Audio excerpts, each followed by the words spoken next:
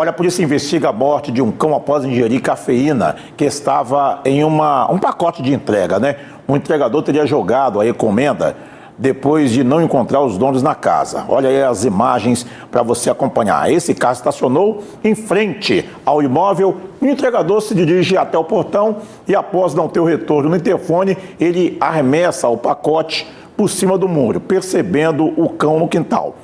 A dona havia solicitado a alteração do endereço de entrega e o novo destino seria a casa da mãe dela, em outro bairro. A alteração foi aprovada, mas ainda assim entregaram no endereço original. Ao retornar para casa, ela encontrou o cão morto com a embalagem próxima ao focinho. Ele se chamava Brutus, tinha 8 anos. Segundo o delegado Leandro Piquet, caso comprovem que o entregador contribuiu para a morte do animal, esse entregador poderia ser responsável criminalmente, gente. Vamos acompanhar aí o que disse o delegado. Esse entregador pode responder sim pelo crime de maus tratos aos animais com pena de reclusão de 2 a 5 anos e com uma agravante, que é o resultado morte. Por quê? Ele responde na modalidade dolo eventual. Embora ele não quisesse matar o cachorro, a partir do momento que ele não segue um protocolo, não toma cuidado ao realizar a entrega desse produto para a pessoa, jogando por cima do muro, ele assume o risco de produzir esse resultado. Nós estamos oficiando essa empresa, que é uma multinacional, uma empresa muito grande, para identificar se esse entregador faz parte do corpo da empresa ou pertence a uma empresa terceirizada responsável por realizar essa entrega.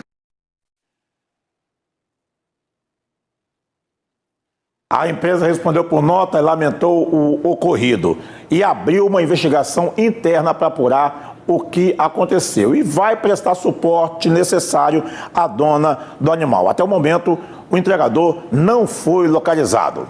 Esse caso aconteceu sexta-feira, no bairro Colina de Laranjeiras, município da Serra. Christian Miranda está ao vivo aqui comigo para a gente saber quais são os direitos do consumidor em casos parecidos, né, Christian? Exatamente, né, Dudu? Acho que qualquer pessoa hoje em dia, inclusive você de casa que está nos assistindo, se porventura está esperando alguma encomenda, certamente deve ficar bastante apreensiva, né? Será que meu produto vai chegar certinho? Será que ele vai ser extraviado ou não? Enfim, tudo isso envolvendo esse caso aí com o cachorro, a gente vai tratar agora com o doutor, advogado, especialista em direito do consumidor, doutor Sérgio França. Doutor, obrigado pela participação. A primeira pergunta que eu gostaria que o senhor respondesse é, nesse caso, houve falha na entrega ali do serviço? Bom dia, Christian. Bom dia, Eduardo, e a todos que nos assistem. Sem dúvida. Nesse caso, nós temos aí uma clara falha na prestação desse serviço de entrega ali ao consumidor por parte do fornecedor. Porque no Brasil, diferente aí de outros países onde a gente pode deixar essa encomenda na porta ou mesmo jogar ela pelo portão, no Brasil nós temos o dever de segurança decorrente do direito do consumidor. Então, as empresas que prestam esse serviço de transportadora e têm que entregar esse produto, têm que entregar esse produto com supervisão, ou seja, tem que entregar para um porteiro, para um recepcionista, para um síndico, até mesmo para o vizinho, se houver autorização prévia desse consumidor. Então, nesse caso, houve uma falha, uma clara falha na prestação desse serviço, passível de indenização. Nesse caso, doutor, a responsabilidade recai sobre o entregador, sobre a transportadora ou sobre a empresa ali onde o cliente comprou o produto? No direito do consumidor, nós temos a chamada solidariedade da cadeia de fornecimento do produto ou serviço. Então, nesse caso, o consumidor, ele celebrou o contrato ali com esse fornecedor, ele sendo plenamente identificável, como nesse caso essa empresa, o consumidor, essa empresa é que vai responder por eventuais perdas e danos, uma possível indenização. Mas o consumidor, nesse caso, se ele não puder, em outros casos, ele não consegue identificar quem é o fornecedor direto, ele pode processar toda a cadeia de consumo, incluindo a empresa que é responsável pelo transporte e pela entrega dessa mercadoria. A morte, nesse caso, desse animal, do cachorro, que o entregador jogou o produto ali, ele rasgou a embalagem, acabou ingerindo cafeína, que eram cápsulas de cafeína, esse cachorro morreu. A morte desse animal, cabe algum tipo de indenização? Sem dúvida, né? Essa falha na prestação desse serviço, a gente chama do direito do consumidor, de fato do serviço, isso gera um dever de indenização, né? Por danos morais ou por danos materiais aí, em razão de todo o transtorno, aborrecimento. É uma perda irreparável, né? Então, nesse caso, a gente fala que os danos morais, né, no direito, eles não são reparáveis, eles são compensáveis, né? Porque você não tem como retornar ao estado anterior ali, né? O consumidor, ele não vai ter ele seu animal de estimação de volta. Então, esses danos morais, eles vão compensar toda essa perda, todo esse transtorno psicológico, aborrecimento, esse prejuízo irreparável ali que toda essa família, esse consumidor sofreram. Doutor, vamos ampliar esse assunto agora, porque tem desse caso da entrega, que foi entregue às vezes dentro do prazo, mas gerou esse problema.